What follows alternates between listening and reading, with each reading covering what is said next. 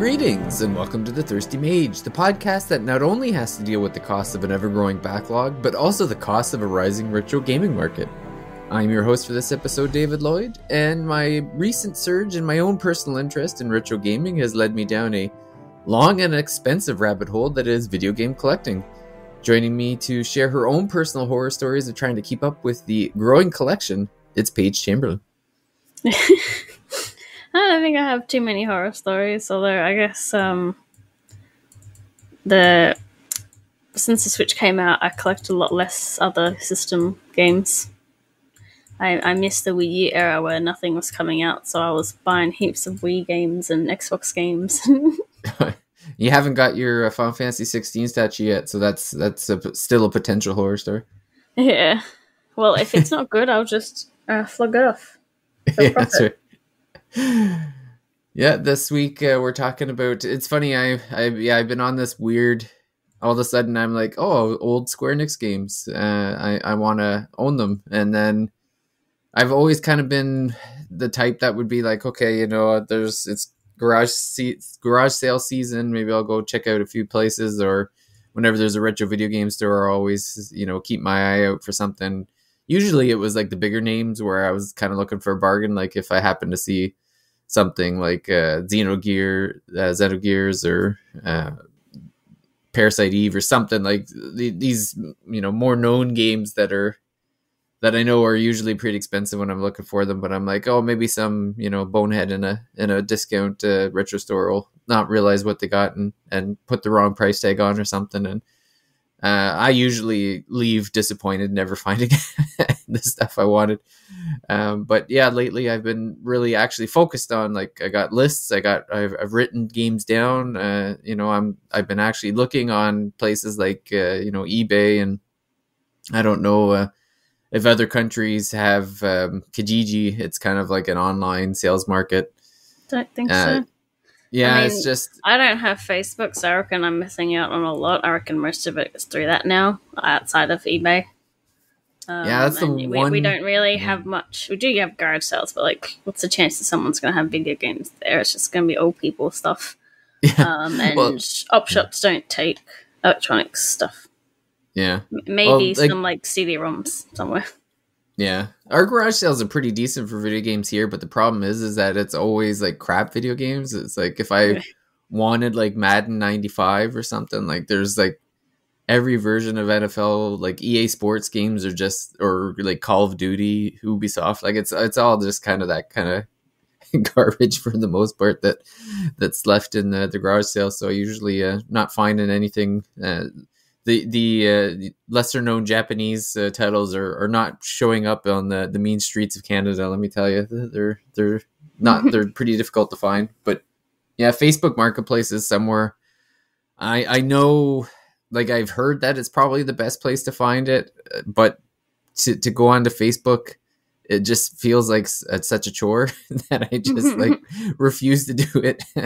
I'm probably going to end up relenting as I've been going into this one retro game store every weekend for the past few weeks. And every time I get more and more shocked by the prices. So now I'm almost by necessity thinking about going on it. So yeah, there's only one video game store in my town, which is EB Games. So, and we have the oldest stuff we have is 3DS, so we stopped taking Wii U games and that the other year, and no more 360, obviously all that, which is really funny when people come in asking for like 360 games or something, and it's like that's like 2 generations behind. Yeah. Well, yeah, or, that's our they ask for doesn't have them. They ask for a Mario Kart on the PS3, and I'm like. We don't have PS3 games. And if you want kart racing, there's a Little Big Planet, or the digital store's still up. Yeah. We used to have. There's like another game brand called Game Traders, so they have a mix of new and older systems like throughout the thing. Then they're usually kind of the same price as online though. But they shut down quite a few years ago now. A few times I've gone to the pawn shop in town, and there was some decently priced N64 games, but now it's mostly just the bad PS2 and PS3 games. It was actually really funny. I think I took a picture. It was so a Super Nintendo with the mouse was about $10 cheaper than the SNES Mini. Oh yeah, that's funny. Yeah. When I was at the retro store with my son, they have about 5 mouse pads, like Nintendo branded mouse pads for the Super Nintendo mouse, and he couldn't understand for the life of him why is there a mouse pad? Like, why do I need a plastic board for the mouse? Like, he couldn't get it.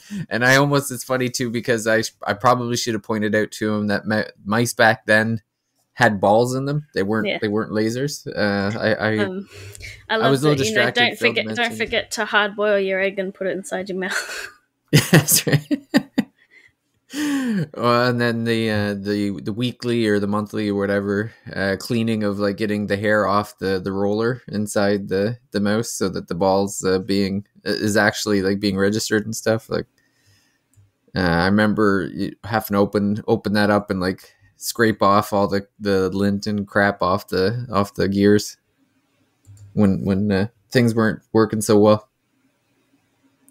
But yeah, I guess the reason for the episode this week is, yeah, like I said, I know Paige, have mentioned, video game collecting quite a bit. You got the extensive amiibo collection as well that you're working on, and with my recent Square Enix, mood. And I know we've done, I think it was only a few months ago that we did the episode on like physical versus digital.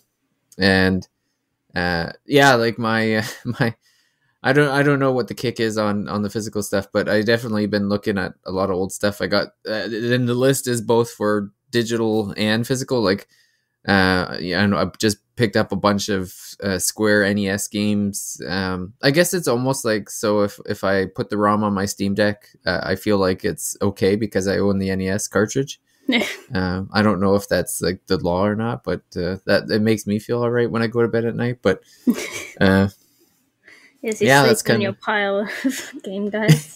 Yeah, that's right. It's definitely trying to find new places to put all these games is funny. There was a tweet the other day by someone in the games press who was jokingly talking about like what kind of crazy person keeps boxes of video game stuff still around. And I just retweeted. Would you?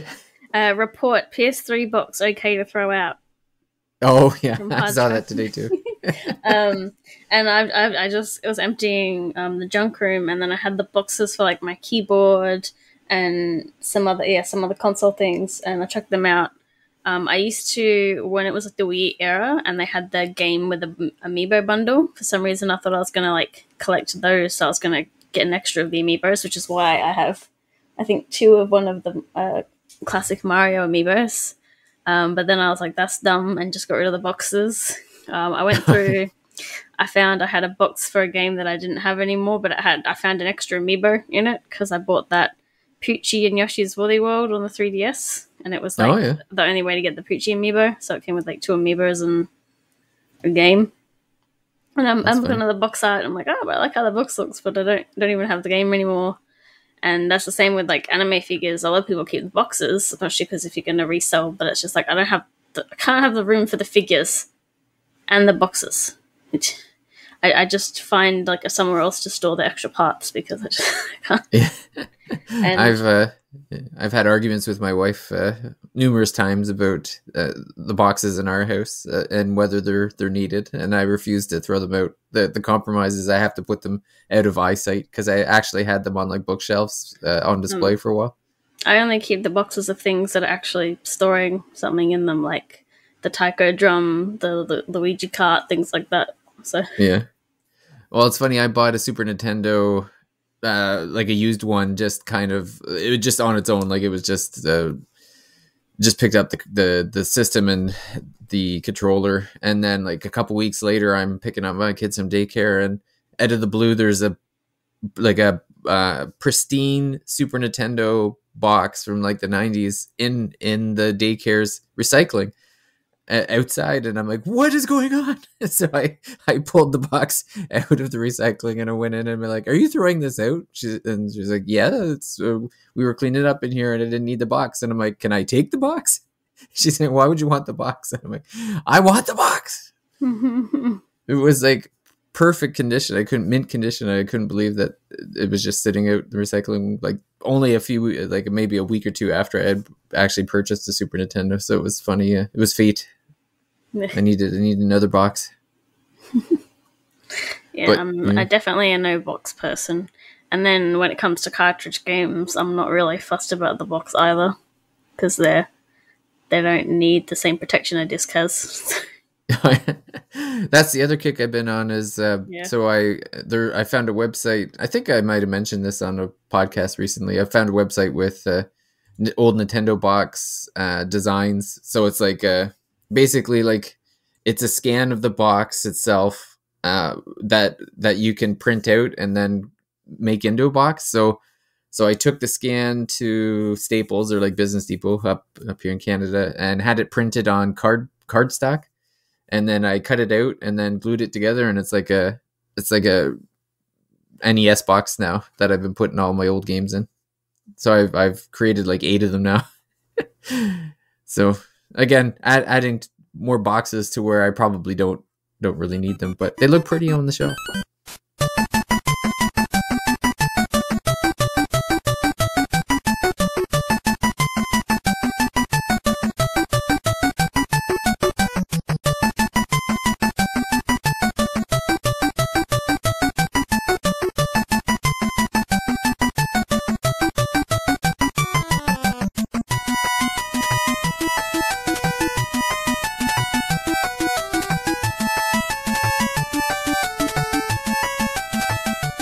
Yeah, that's like one thing when I've gotten some like 3DS games and then like I'm like, oh, the cover's gross. I'm like, I can just get another plastic cover. Like, I think one thing annoyed me is I spent a bit of money on the first Senran Kagura, and then like there's a little puncture in it, and I'm like, that's like the art as well. Yeah. Do you ever do sometimes like Nintendo or other places they do like you can print your own extra covers? Do you ever use those? No, I haven't. Yeah, I've seen like on the website you can get those, but I do flip around reversible covers sometimes, like the No More Heroes 3 one is like makes it pretend like it's another video game. I always like the Splatoon art ones, but generally, yeah, I keep the regular books around unless I really don't like the original. The only one I've changed is Nier Automata had one, had a reversible one for the Year of the Game edition. And it was pretty nice, so I flipped that one. But that's really the only one I flipped. But it's funny so like just talking about boxes. That's the other thing about collecting is that I can't believe how much like the boxes and the instruction manuals and stuff cost. Because one of the things, so I recently just sold 3. Back in the day, I had created an instruction manual for super rare games for Faroon. So if anyone out there listening has a Faroon from Super Rare Games, look on the back of the instruction manual. It's got my big name on it. But as payment, they sent me, like, instead of money, they just sent me games. So I had a handful of games from them, and I ended up selling 2 on eBay and traded one into the retro store. And the game I really wanted right now, because I'll probably play it soon, is Vagrant Story. So the store had a loose Vagrant Story that they just kind of stuck in a CD box, and that was $90. Or they had a Vagrant Story with the full, with like the box and the instruction manual, like the complete inbox or whatever. Like it was still used, but it had all the stuff, and it was $160. So I'm sitting there going, okay, am I really gonna pay $70 more for the box and the instruction manual? And I'm like, no, I'm not. You go on eBay and you go lowest to high, and then you'll get like box only and stuff, or manual only. I thought about that too, but what I ended up doing is I had like another PlayStation game. So the Vagrant Story actually has a demo disc with a bunch of Square Enix titles on it. So it's technically a 2-disc, like one of the 2-disc ones. So I took one of my old PlayStation games that was 2-disc, and I just pulled the all the artwork out of it and reprinted it and put it and put the Vagrant Story stuff in there. So it kind of looks like it's a Vagrant Story box, and then it's like, I don't know, the manual I can just get off the web. Like there's so many websites with scanned manuals for Nintendo and PlayStation games. So. I definitely am not in quite the collector's bracket to be doing it, but a lot of people do. Like there's custom manuals. One person had to stop making theirs, the hand-drawn ones, because of copyright problems. Yeah. But a lot of other people do it like this. Like someone's made a Live Alive instruction manual that has cookbook recipes and stuff, and it's like, oh really? Yeah, and it fits inside the tiny Switch case. So, I made a few of those when I worked when I was volunteering at Nintendo World Report. I had I made a Xenoblade Chronicles 2 instruction manual that would fit in the Switch case. Tumbleseed. That was one of the first Switch games, yeah, like digital. Yeah, made one of those. I made one for Star Fox 2 with John. Nice. Yeah, we actually had John had found old artwork from like early in the days, and so we had made like a Super Nintendo manual for it. There was an early indie game that's what is that? Goner. I made one for Goner. It looked really neat.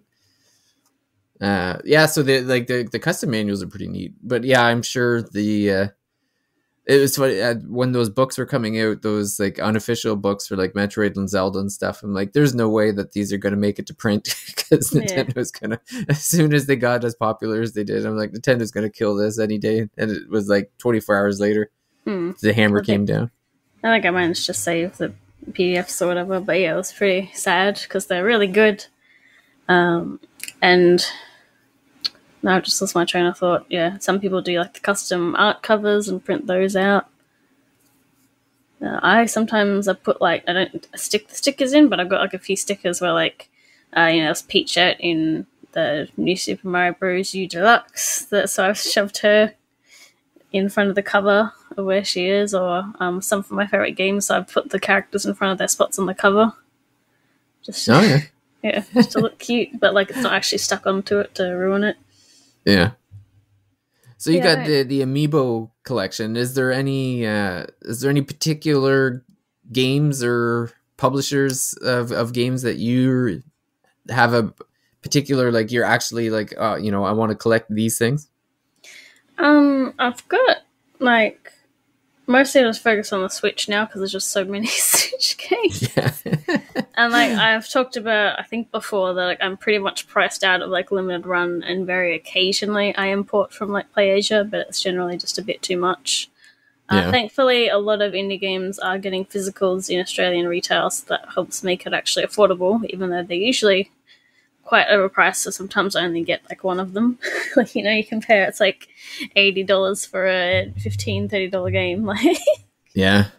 And no cutesy manuals or keychains going to make a difference for that. I think I have a pretty good Wii and 360 collection. Recently, I was actually buying some 360 games because there was just some that I thought I had and I didn't.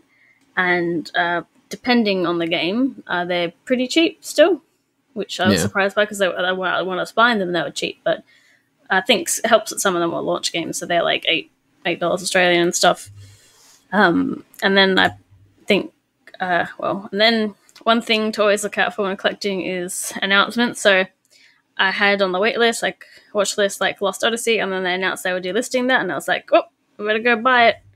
So like the copy I've got, the cover plasticky bit or whatever is not that great, but like I can just get a generic cover and stuff like that can be fixed. And I've got games with the Video Easy stickers on them and stuff, the rental stickers, and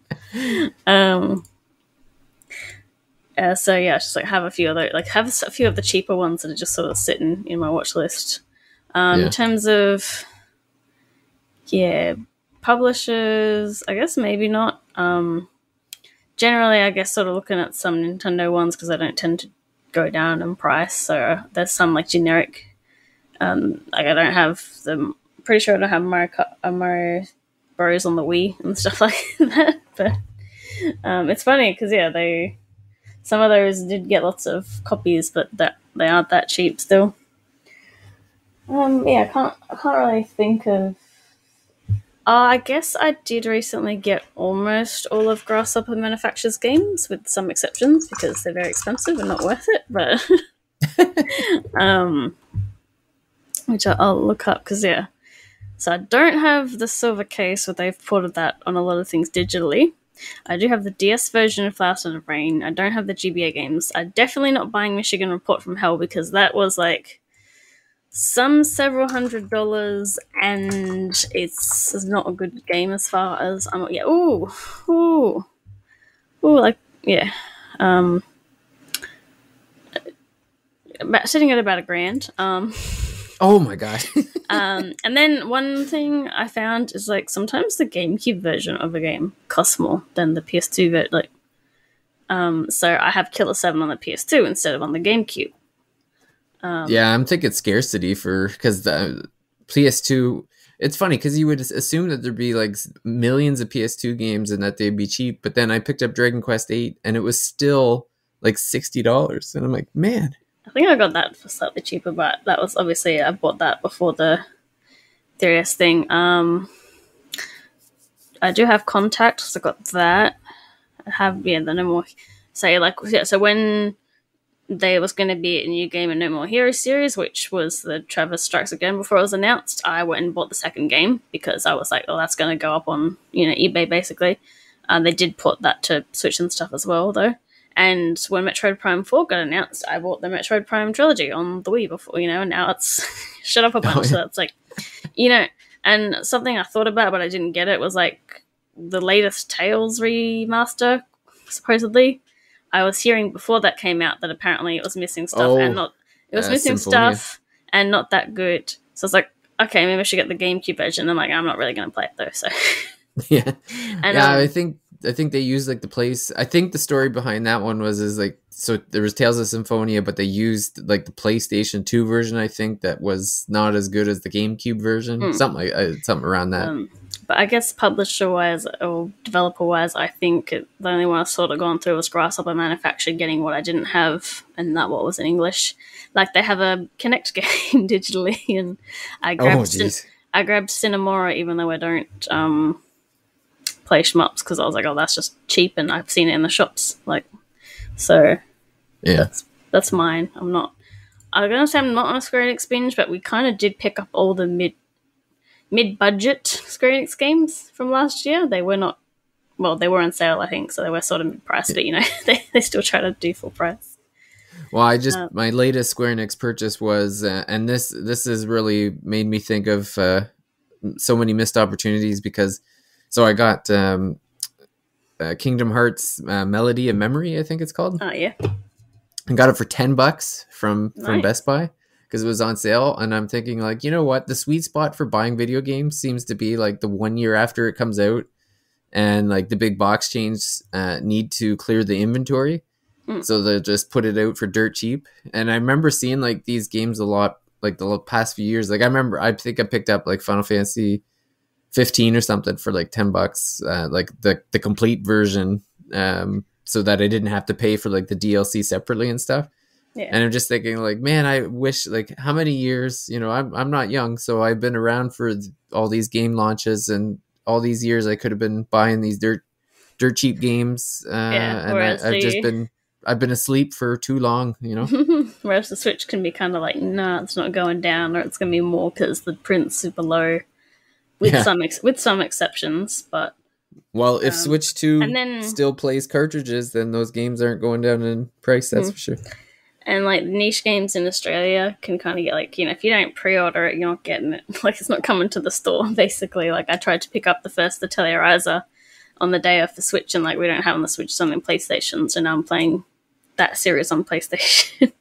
Yeah. But then like the PS4 versions of some of those, like Shin Megami Tensei and Neo Tui, they got dropped down in price a bit after launch, and you're like, oh, because I was just expecting it to sell out and they wouldn't get any more, but they were kind of just sitting on the shelf because nobody was interested, I guess.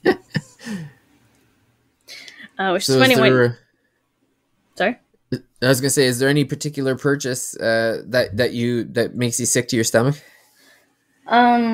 I've overpaid for a collector's edition, and it's kind of a generic collector's edition. So like Grand Kingdom for the PS4, which I barely played because I got it through like an Italian seller. So it was close to the amount that the Final Fantasy 16 collector's edition is. So that was Oh, really? and then a couple of years later, I found that the Vita collector's edition was for sale for $100. So, big regret. Also, it comes in like 2 boxes, and I haven't even played the game because of that. It's like, yeah, having two box parts for a collector's edition is kind of stupid.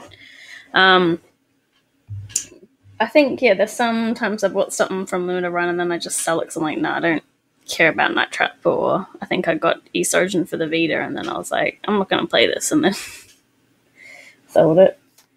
I probably have more selling regrets, really, but a lot of times it's like, oh, I didn't really understand this game or whatever. Like, it's more expensive to get back, but I'm not sure I'd actually enjoy it. And then I recorded in January a Switch collection video, and then I had issues with the software, so I haven't edited it yet, but I've got to go through and edit it soonish, hopefully. And going through that, I'm like, my collection's actually a bit smaller than I thought, because I see people on the Twitter and they're on like number 700 and all that. I'm like, but I get rid of games if I don't like them. So, that's a good way to keep the clutter down. Yeah, like it's pretty big, but like if I don't like I even when I did the video, I like picked out like almost 10 games. I'm like, I don't want this anymore. Spring cleaning. Yeah, I don't keep games I don't like. So, because generally the intention is to play it, or sometimes I don't get a game. Like I've bought a heap of games this year already. Like, but we came to like the Tales games, and I was like, out of all the Switch RPGs I own, where is this in the order I'd play? And it's like dead last, so I don't need it. You know, like if I split it by genre and like console, I'm like, what priority is this if I was picking between these games? I don't particularly have any. I can't think of any games that I've purchased that I've regretted too much, just because usually like they're not too expensive, so it's, you know, I don't worry too much about it. But I've definitely had a system. It's usually when I buy a system that I think I'm going to play, and then don't end up using it as nearly as much as I thought. Like I definitely regret buying the Ouya. I don't know what I was thinking. It was the stupidest. It might be the stupidest purchase I ever made, video game wise, anyway. And then my Vita, I paid like $200 for, and I barely played it. Like I had grand visions for it. I probably bought like 10 or 15 games for it, and then I don't know if I ever really played. I think I played like a couple of the games on it. I remember playing Final Fantasy 4. I played through that. I started Persona 4 Golden, but I just like couldn't handle the small screen. It was just too small. I think I played Chrono Trigger on it, and then I ended up buying like Suikoden 1 and 2 on it. Never played them, and now like, it's just rusting in the box. The Vita store and saw how much you can get Suikoden 1 and 2 for, and I'm like, oh, these remasters better be pretty good, man. It's a pretty big price difference. Yeah. Although they've made it such a pain to buy stuff, because you know on the PS3 and they'll be like, you need an app password now. You can't put money onto it through the system, so you've got to put money on your PlayStation 4 or whatever. Like the browser adding money doesn't work. It's like that just happened to me on the 3DS. I was trying to buy. Well, yeah, but the eShop's closing, so now you can't put eShop cards directly. So you've got to link your Switch account, and then you can put certain amounts of money onto your Switch account, and that'll still be in your 3DS wallet, and that's how you can buy games until the... Yeah, well, that's what ended up happening. Couple weeks. Yeah, that's not long. My daughter just finished Ace Attorney Apollo Justice, and I'm like, okay, like it's gonna tomorrow. I'm sure, like she just finished it today, so I'm thinking like by tomorrow she's gonna be like, what's the next Ace Attorney game? So I kind of beat her to the punch and went to the 3DS because they have the digital versions of Dual Destiny, which is the next in line after Apollo Justice. You should get her the more recently localized one. That's on the other systems. Oh, for which one? They did the one that was like stuck in Japan for ages the other year. Oh yeah, that's the one I got at Dual Destinies. It's on 3DS. Like it's localized on 3DS. No, the Great Ace Attorney Chronicles got Switch and stuff. I bought it for her. She didn't like it. Oh, okay. Yeah, I don't know why. Like maybe because it doesn't have Phoenix Wright or something. But it's funny. So she first got into Ace Attorney through the trilogy on Switch. So we played through the trilogy together. And then she was like, okay, I want to keep playing. Is there any other ones? And I'm like, well, the only other Switch game is the Great Ace, like the Great Ace Attorney Chronicles. And so I bought that, and she started playing it. She's like, I don't like this. And so she kind of gave up on it. And then I ended up getting Apollo Justice on my iPad. And she just like tore through that. Like she just loved it. And now, so that she finished the final chapter today. And then I was looking up, in the game wise, like in the timeline of the game, Dual Destinies is next, because it's like a year after the events of Apollo Justice. So that was $29.99 Canadian on the 3DS, but I couldn't. I logged into the eShop on the 3DS and then found out that no, you have to buy an eShop card, and I'm like, well, I'm not buying an eShop card. So I went online, and you can just log in online because my 3DS was already connected to the Switch account. So I just bought the game online, and it just sent it to the 3DS, and so now I have till March 27th to buy the next one, which its name escapes me, but it's something to do with the Kurai or Kuran region. It's like it's this kind of like weird one where it's like they can see the memories of the dead people before they die or something, and it's a weird looking game. But 3DS wise, I didn't buy too much other than like say Atlas had some games cheap. Like that's why I'm like, Stellar Glow's like $100 something bucks physical, but it's like $14 here, so I'll get it that way. I think I bought some DLC wise, but generally I'm like, I'll be all right. Other than I'm like looking for updates and stuff while that's still available, like easier to get to anyway. Well, apparently Atlas was supposed to have a sale on now for 3DS games, and then canceled it or something. Yeah. And that's how like people have been checking the 3DS every week to be like, what's on sale now, like something other than the generic games is on sale sometimes. Yeah. And that's the thing. It's like, why haven't more people done like a fire sale? Get that last few dollars all you can, really. Don't know.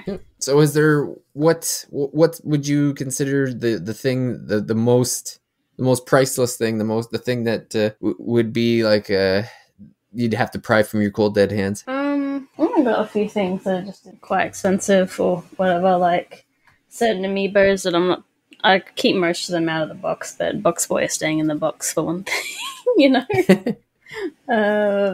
I'd say probably like the Fire Emblem Fates Collector's Edition, because that is a special cartridge that has all 3 games on the cartridge. So that cartridge alone is worth a fair bit of money. So, and they actually, depending on the region, I think you can't get some of the Fates like Fire Emblem DLC anymore. They shut it. They took it off a month early, basically. Oh, yeah, I saw something about that the other day. And probably the best gift I got is a complete inbox copy of Conker's Bad Fur Day. Oh yeah, one of my birthdays. So that's like one of my only like boxed down 64 games, and it's even in like a plastic nice thing to keep the cardboard nice. Because that's like one thing that always in the collector's editions is the cardboard, so they rip and bend and stuff. Like my Fire Emblem edition got moved when I wasn't home, and I'm like, oh great, now it's wrecked. And I was trying to film my collector's editions. And then I've torn a bit of like the kind of cardboardy lifty up cover for Nirvana, and I'm just like, yeah. Oh, that sucks. Yeah, for me it's definitely my NES cartridge collection, Final Fantasy in particular. I have the complete inbox of with like the 80-page instruction manual and maps, but even like all the games that I've had for like 30 years, mostly nostalgic purposes. I don't think they're worth a whole lot, but just having those around, I wasn't stupid enough to trade them in, thankfully, throughout my life, even though there's probably a whole lot of opportunities to do so. And I think that's, it's mostly for that. Like, definitely got a bunch of games, but I don't think too many is worth. I don't really do the collector's editions more. Maybe it'll change with. I did get the Steelbook edition of the Final Fantasy 16. That's the one thing. Like, I don't typically get the collector's editions, but I try to buy the games that have Steelbooks in them if possible. Yeah. Like, I have a couple Legend of Heroes, like Trails of Cold Steel 1 and 2 came with Steelbooks, so I got those. I bought a Persona 5 Steelbook. Final Fantasy, I got the Final Fantasy 16. I think I've said I prefer Steelbooks where it's like that's the only one. I don't have an extra Steelbook just sitting to the side somewhere.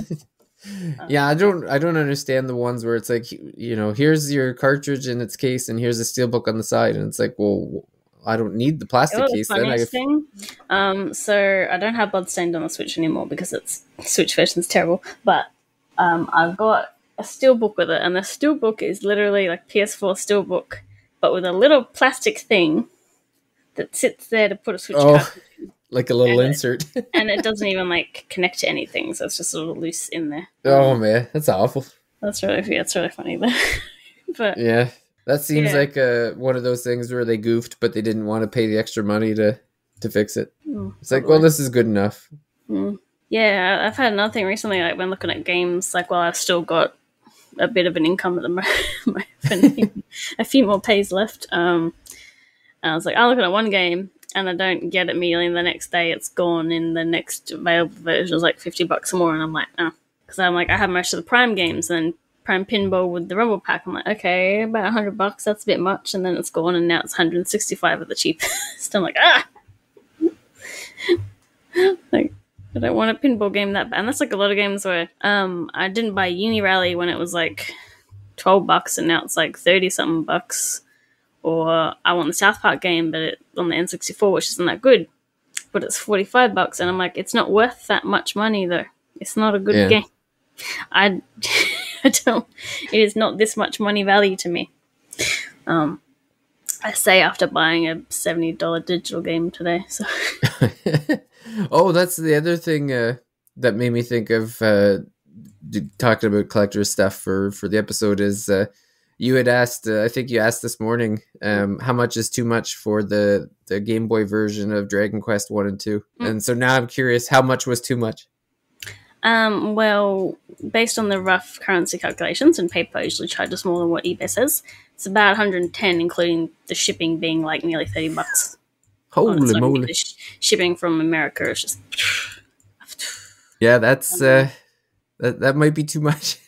Well, apparently it's the better version of the game. Although I've noticed it does do the thing. I don't know if any versions don't have the thing that annoys me, because the sprites of all the people constantly move, even if they're just standing in the spot.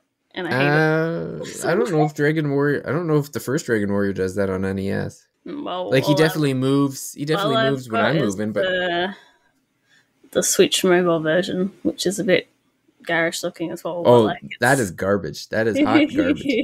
It does that. Which is like when I saw the HD 2D for Dragon Quest 3, and I saw that the characters were just staying still. I'm like, oh, it annoys me so bad. Like, just stay still. You're not moving. Stop it. Yeah. I'm not going to mistake you for a chair. It's fine. Yeah. No, Jordan and I debated a little bit about the best version to play for the original, like, Dragon Quest, Dragon Warrior. I'm personally on the NES side just because I like the look of it. But it sounds like they did some quality of life stuff on the Game Boy version. So plus it comes with 2, and I've been looking at the prices of an NES cartridge of 2 and getting sick to my stomach, because it's like the lowest price I've seen is $100, and that's just for like a loose cartridge. See, and for $100 I can get one end. Yeah, and I can play it on the Super Game Boy. So yeah, that's true too. I'm still on the Dragon Warrior. I'm at the point where I'm level 19. I've got all of the best equipment. I can get to the Dragon Lord, but then he just like whoops me. So I'm in this, like, every day I'll play like for 45 minutes of just like level up, just to try to. So the first time I went to the Dragon Lord, I was only level 17, and then I'm like, okay, I guess every day I'll try to like get one level up higher and go back, and it's day 3 and I've been thumped again. So there's a Persona 5 Royal collection of pet tags and collars. oh really? And it just got announced from Atlas West. Oh yeah, okay, yeah, I saw that. And everyone's like, "Where's the no Koromaru stuff?" Yes, missed opportunity. I don't know if they sell overseas though. So just the weird things. Do you put up posters? Sorry?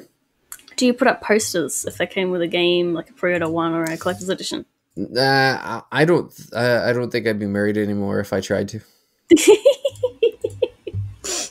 I think that's a deal breaker in this household. I can't see there being any. Like, I'd have to build a tree fort outside and put them up there. I don't think they'd be allowed in the house. I have an issue with them constantly falling off and scaring the crap out of me because it's warm and it makes the glue tack go. Whoop. I need some nice frames for some of these because, like, I pre-ordered Samus Returns at JB Hi-Fi instead of EB Games because they had a 3 poster set that's like big, huge posters, and it's and I had some nice Christmas posters from EB Games, but they got all crumpled up because they're stored in the junk room and something fell on top of them. So I'm very sad. It's the ones I like that. It seems like the quality of the poster can vary wildly depending on the publisher. Yeah, that's definitely one thing. But yeah, some like collector's editions now, like I don't collect too many because I just don't have the room. So it's usually got to have something good in it to get my attention. Mm-hmm. But probably getting the Breath of the Wild one, even though that's overpriced for sure. The one thing I did do though is so for my birthday I got a painting, an Amano painting of the Final Fantasy VIII of Renoa and Squall, like the logo. Yeah, it's just the logo. Like, it doesn't say Final Fantasy. It's just a picture of the two of them. Are you gonna get the Amano Cuphead? No, I've seen it, but not getting that one. But I have the Final Fantasy VIII one up on the wall on canvas in my office at work, and I don't think anybody knows what it is, which is hilarious to me. There was someone on Etsy who was selling like just the track bits of like some Mario Kart tracks, and I was like, oh, there's like the big blue one or whatever. I'm like, that literally just looks like abstract art. I'll get it whenever I have my own place or whatever. And then I did, and they don't sell it anymore. And I'm like, oh. Yeah. One thing I saw on Etsy lately that I was sort of interested in was the they have like a Game Boy that's like exploded, and it's like in pieces in a frame, and it has like breakdowns of the pieces, so it's kind of like this, I don't know what they call them, like a shadow box or whatever, where it's like, it has the body, and then it has the pieces to the side, and then it has explanations of the pieces and stuff. I thought that was pretty neat. Not cheap. One thing about Switch collecting is some games have multiple games in the cart. It's like you pop it in and then it's like 1, 2, 3 in order is there. So you open it as different software rather than going into like one menu to get to the however many different games. So like I know they do that with like the trilogies of Atelier. I think Risk of Rain had it. Yeah, a few games do that, which is pretty cool. Yeah, the other thing I was thinking of too is I don't remember if Square Enix did a physical version of the collection of Mana, because I was looking at like the Game Boy games and the prices of those, and again, like loose cartridges seemed to go for like $50, and I was like, the games were fun, but at the same time, I was like, I don't really have if I was gonna play a Game Boy game, like I have a Game Boy Color, but it's pretty old.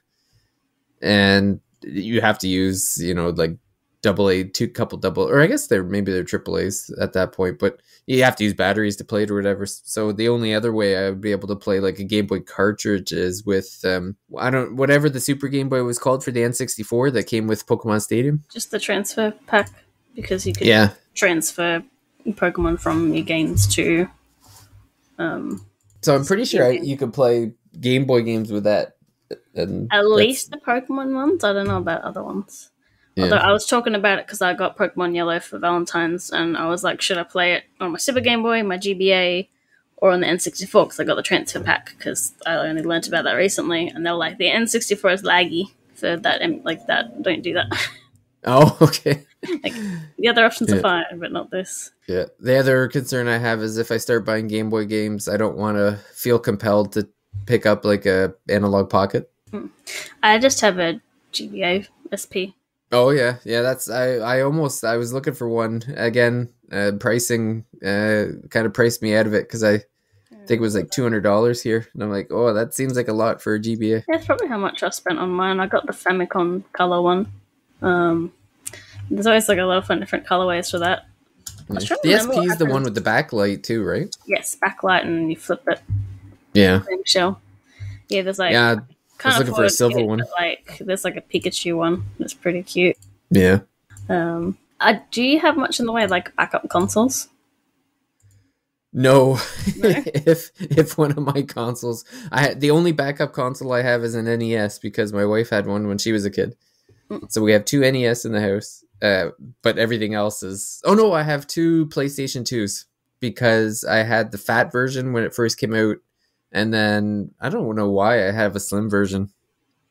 I think my brother might have bought it when I left the house or something because I took the video games with me when I went to university. So I think he picked up the slim version after I left, and I ended up taking it a few years later. I have two GameCubes because I got like one from like my dad gave me his collection of game stuff. So only one of them is reading discs at the moment though, which is very annoying because the one that I screwed the Game Boy player to is the and Oh, got no. the matching color for is the one that's not reading discs. Also two N64s because of that reason. Technically, we have two PS4s because I bought my husband's off of him, so he got upgraded to the Pro. We really don't touch that because we just use the PS5. Yeah. For games. Yeah, I haven't turned my PS4 on since I bought a PS5. Faster, but I'm still like, I'll keep it because console for the kid eventually. Yeah. Anything breaks. And backup wise, I have one 3DS as backup. Okay. I bought because the new 2DS XL for Pikachu was like still available in a shop, and it was like $200, and I'm like, yep, I'll get that. I'll get one backup console. So that's sitting in its box. Technically, I've got an old 3DS sitting here, so I'm like, there we go. That's the kids' first 3DS. Yeah. Well, that's what my daughter's kind of taken over the 3DS. So I wish I had bought a 2DS XL when they first were around, but now they're hard to find and people want more, probably like twice as much as they were selling them back then. Yeah, and one interesting thing that's expensive with the new 3DS original one, the cover plates are very expensive. Oh, really? Yeah, like they're. I've got I think Monster Hunter 1 Poogie plates, are the ones I've got on, and a Hello Kitty one, but like you look those up and they're so expensive, and it's literally just plastic slabs to put on your 3DS. I'm like, gosh, I would have bought some more of these, or I didn't import some things because I'm like, oh god, that is so expensive. Like I'm not paying that much for a faceplate, and now it's like 4 times the price, which is basically what happened with the original Monster Hunter amiibo. It's like I'm not paying $50 for an amiibo, and now they're $200, and I'm like, oh no, I should have. Oh yeah, these are selling for like $100 easy, depending on the pattern. I don't even want to know what the prices of the Switch stuff will be when eventually the next generation comes out and they start grandfathering this stuff away, because I feel like it's gonna be insane. Like just looking at the 3DS, because the 3DS stuff was easy enough to find. Like it wasn't like it was scarce at the time. And now that it's like on its way out, it's just going nuts. And I'm sure part of it is like this collector's mentality that seems to have started or gotten worse since like the beginning, in the pandemic. Like that's when I've noticed well, that's when everything kind of going crazy. Games went which is funny because you couldn't play them, but like that's when trading cards went crazy. Yeah. It's like everybody just wanted all the stuff at their house and just drove up the prices, and it just hasn't stopped. Yeah. I'm sure we're also to blame for we're the market, you know. Yeah, well, that's the thing is I'm contributing to the problem, so I don't know what I can't complain too much. You need to make videos saying why these games are bad and not worth your time, and then Yeah, gotta convince everyone else to stop buying, so I can go, sneak in. And you wrote what drives you to collect physical games. So what's the answer for that? I wish I knew, because if I could turn off that drive to pick up these Square games, it would probably be, in my financial benefit to just put a sock in it. And I don't know, I guess some of it is just the playing Dragon Warrior. It's just one of those, like, I'm getting older, and the digital stuff, when the hardware for the digital stuff gets old enough, like, I don't really want to use it anymore. Like, it becomes to the point where it's just like it gets put away and forgotten. So it's like, at some point I'm not going to be pulling out, like, I've got my PlayStations hooked up, but I haven't turned on my PlayStation 3 or PlayStation 2 in years. So I'm not really using them, but I don't know. It's just like, at some point, maybe the games aren't gonna. You would think, these publishers have remade games 3 or 4 times. Like, at some point, they're gonna be like, okay, they're too old now. Like, so. No.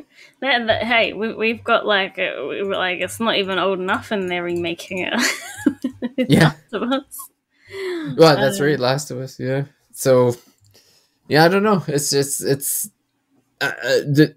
I think I never really was too concerned with it up until recently with, like, the Square thing. I think it's just like, when I came to the realization, it's like, you know what, like, I really have, Square and I kind of have this with Neon Falcom too. It's like, everything they make just seems to click with me. So it's like, you know what, I kind of want to go through the history of it and play these old games. And with a lot of the games, I guess some of the games too aren't even available, in a modern sense. Like, when you look at these obscure ones, like on the NES, you got like 3D Runner, World Runner.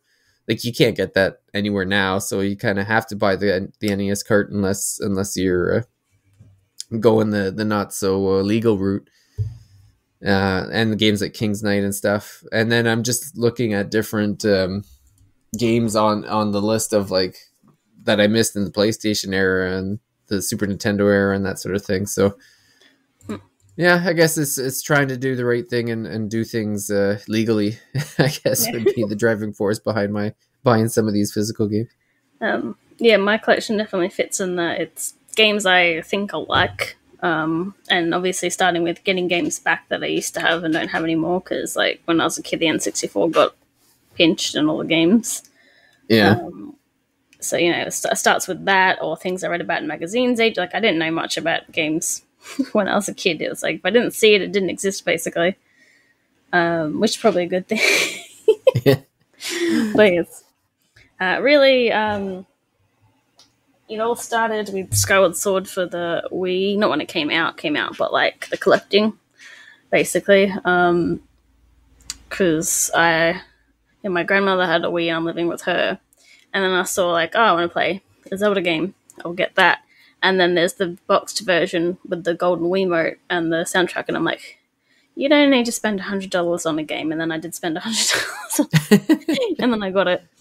And that's basically what it, because I had several collections before that, different things, and I haven't kept, like, I still have some My Little Ponies, but I got rid of them. Like, I was collecting a bunch of them and sold them. I was collecting most titles, sold them. Whereas, like, the video game collection is what has stuck with me. Yeah. And, like, that's the one where I've, like, kept it. And then, if I don't like the game, I sell it, I trade it, whatever. Generally, it's more than I'll probably ever play, but it's inheritance now. It's an investment now. Yep. Hey, well, so I said, one day when I die, my kids will have treasure troves of video games to either play or sell. Yeah, there'll be some fun estate sales in, a few decades. Yeah. It'll go from, like, the people that are 20 years younger buying them all up, and then they die, and then their collection goes to someone 20 years younger. And I also think for me is, like, yeah, probably when I started getting back into games, because when I was in the last year of high school and a bit after, toward a few months into that year after, I had a pretty severe wrist injury and I couldn't do like anything. So when I could start playing video games again, I actually got more into them aside from the few casual ones I played. So that's also part of the thing where I was just like, I can do this now. I can do this again. So I really got into it. Well, I've even noticed that with myself, where it's like I'll be playing, like I'll play some games, and then I'll go back to games that maybe I didn't enjoy, but now I have like a different perspective on those games because I played these other games that are kind of similar. So that again, that's another reason I've kind of been going back to the old Square library, because it's like, you play some games that are based on like Saga or something like that, and you're like, all of a sudden you have a newer appreciation for maybe like stuff that you didn't quite click with before, or you struggled with back then, and it's like, well, you know what, I figured out how to play these types of games now. Or maybe I'm just getting older and have more patience for some stuff. It just, things change. So it's like, it's fun to go back and retry things that maybe I thought were crap, and then reassess my assessment of them. The only problem is if you sell a collector's edition and then you get the game back and you're like, well, I hope I don't like it that much that I feel bad about not having the collector's edition I can't buy anymore. Yeah, exactly. And then it's always, I'm going to double check it, but I'm going to scroll up. I remember once someone DM'd me on Instagram of like, do you still have this game? And I was like, why? And then I look it up, and like the collector's edition for the Wii U was like $200, and it still is, even more, like, even though it got a release on other systems, which is the Project Zero or Photo Frame game. Oh yeah. And that, like, so it's interesting because sometimes the game doesn't actually go down in price even with a re-release. But it was just funny to get this random DM of someone asking if I had a game, and I was like, what? And then yeah. That's funny. But yeah, I've recently been getting a few more games of like, try not to spend too much, but they add up. Even if it is like $30, you get 3 of those, that's nearly 100. Yeah. Well, the one thing that seems to be pretty consistent is that these old games don't seem to be going down in value, so I guess that's the one good thing. Yeah. If you ever have to get your money back, it seems like it'd be easy enough to do it. One time I sold a bunch of games because I had a dentist appointment, and then a couple weeks later I got approved to finally get into the free dentist. Oh yeah. I wasn't very happy about that. But yeah, it's sometimes you do have to sell things, or like you did, you sold some things so you could get games you wanted instead. And like EB Games does like a trade thing where it's like you can get a new game for like a fair bit cheaper than full price if you trade in 2 newish games, Yeah. So they increase the value you'd get for it basically, because their profit is off of used games mostly. So yeah, well, that's it. I've got a complete inbox version of Legend of Zelda that I would happily trade to somebody for a Dragon Quest like 2, 3, or 4. It's like, I'll trade funny. The game I don't really care about for the game I want. That'd be nice. One of the silly things I have is there's a plastic canteen that is shaped like the Legend of Zelda cartridge, and it's even in like a box that looks like the NES box. That's actually one console I did buy a Famicom actually, because the Power Region just didn't get a lot of the NES games, so it was kind of like either get American NES or Japanese Famicom. Except I wanted the pretty one, so I can't actually use it because it's coaxial and not like AV. Oh yeah. So either I like mod it or swap it for a modded one or something. Yeah. But yeah. That's the only one where I've got some games I can't actually play, but the rest of it I can. It was actually really funny. It's actually a lot easier to buy games on the 360 still than the PS3. And like sometimes PS3 and 3DS a big rigmarole of trying to put money onto it, and it's like, no, you can't do it this way, and then the other way's not working. Whereas like I went on my 360 and my PayPal account was linked and I could just do it like that. And I'm like, oh. like I had to screw around with an app password because those slightly older consoles have had obviously security issues. So now you need like a console specific password. But after that, it was like, oh, that was easy. Also, a lot faster than the PS3. So, like turning on the store or downloading games, like so much better. just shame about the Red Ring. Oh, that's actually, I do have some more consoles. I did one mistake I did was like, so there's a Star Wars Xbox 360 that looks like R2-D2. Oh, okay. Yeah. I think I've seen that actually. So I bidded on one, but then I saw another one for a bit cheaper, so I bought that. Nobody else bidded on the other one, so I ended up with two. And then because I wanted to hide it from the person I was living with at the time, I didn't test them within the time. Oh. One of them, you can't open the disk drive, and then we looked at it, and it's like, I think it was just a display model or something, because it's got like plastic stuff in the way. And then the other ones just stopped working because Xbox 360, like they're faster, but they had a not acceptable failure rate. Oh, they're like glass. Like, it's funny. I own like every console you can think of, and only one of all my consoles is ever broke, and it's the Xbox 360. Yeah. And I do have 3 PS2 Slims, only one of which reads discs. So. Oh, really? Because I bought like it with a whole console with SingStar and a bunch of SingStar games for like $60. And then I bought one for my husband. Turns out he already had a PS2, so I got 3. And then I was testing them all because I was gonna give one to somebody, and turns out only one of them reads discs. So, and I was kind of annoyed because I was like, "Oh, there we go, DVD player for the kid when she's old." Nope. Yeah. Well, I guess if you need to hack one to play NT, you can just plug in like a USB or something. I don't know about USB, but like, you can just plug in something and play it directly off the console. Oh, okay. On the PS2. That's good. Well, holy moly, we made it past an hour. Yep, we did it. It's easy to go off topic when we're talking about game collections, I think. Well, not off topic, but like, all over the place. So there's a lot. Yeah. So what I know you had told me earlier that I don't think you have any reviews in the hopper coming up anytime soon. What is it that you're playing for fun these days? Let's see. A couple weeks ago I finished Pokemon Violet, and I finished Fire Emblem Engage. So I'm playing Kirby and EDF 5, both like co-op, so only like a bit a day. And I started, that limited time digital release of the first Fire Emblem. Oh yeah. I've seen tweets that you've been putting out of that. The collector's edition of, because that was one of those things where I collected it for collector's sake, because it came with like a not glass, but like transparent fake NES cartridge. And I'm like, I want that so bad. It's so dumb.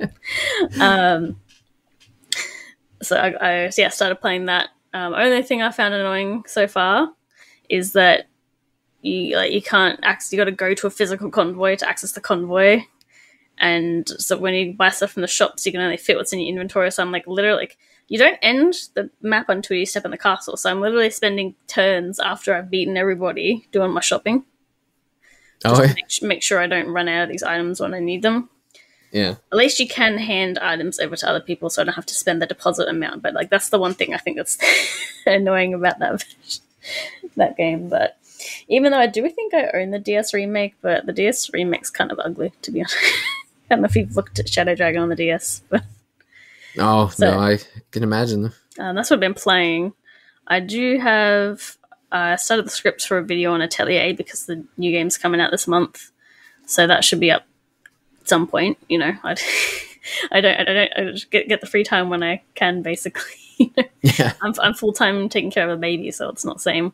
And I have a massive video that I've recorded of my Switch collection that I need to edit. So I'm figuring maybe if I just dedicate one of the baby snap times per day, it might be out in a month. Because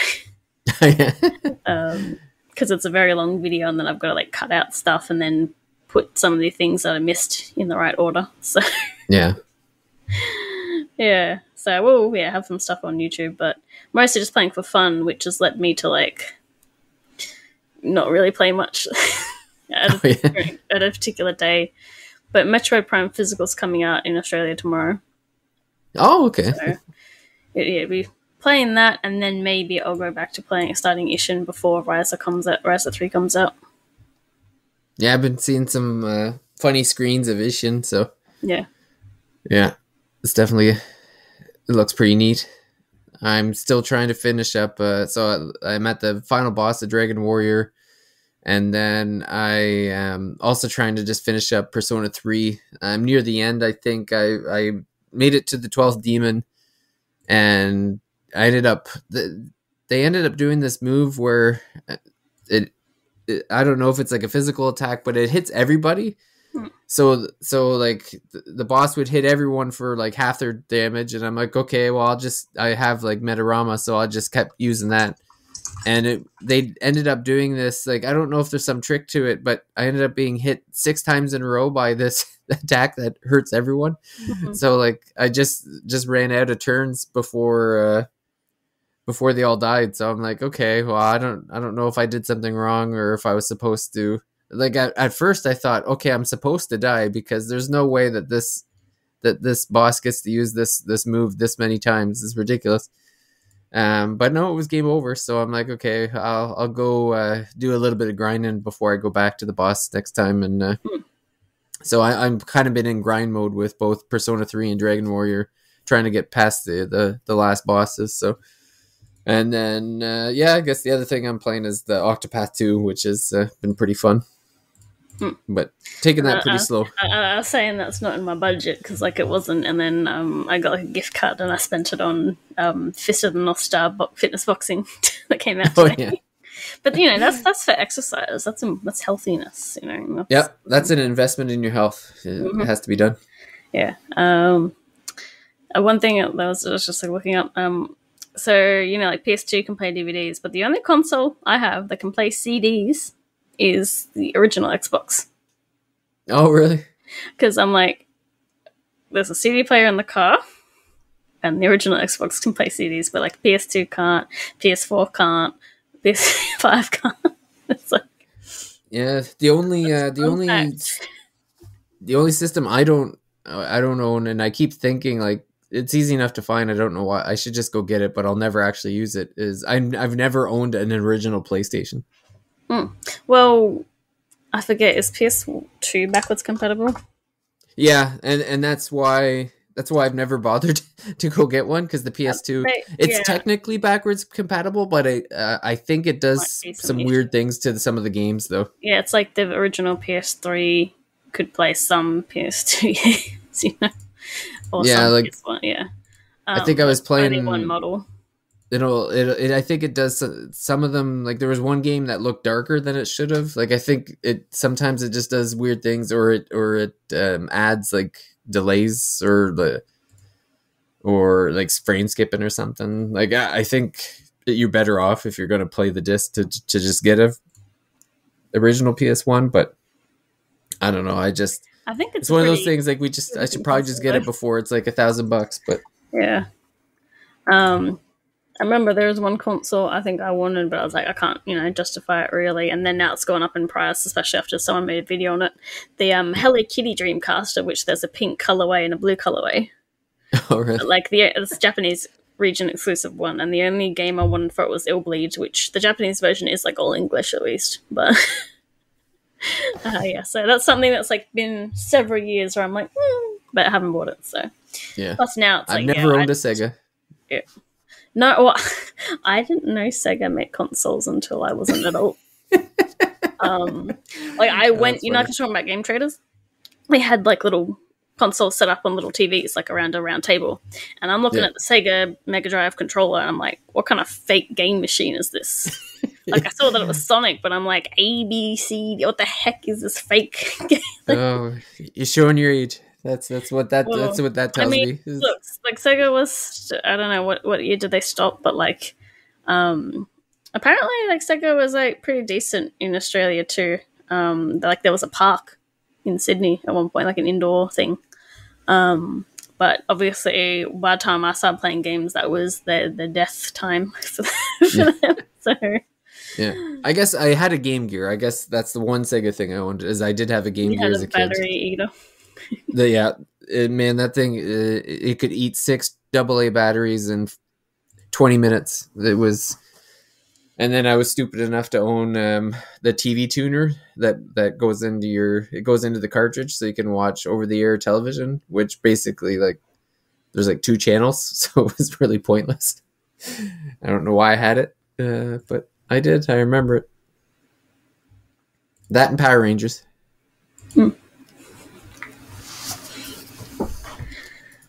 Oh, Cool. Before we finish up, I do have like one thing I keep regret buying is PSPs.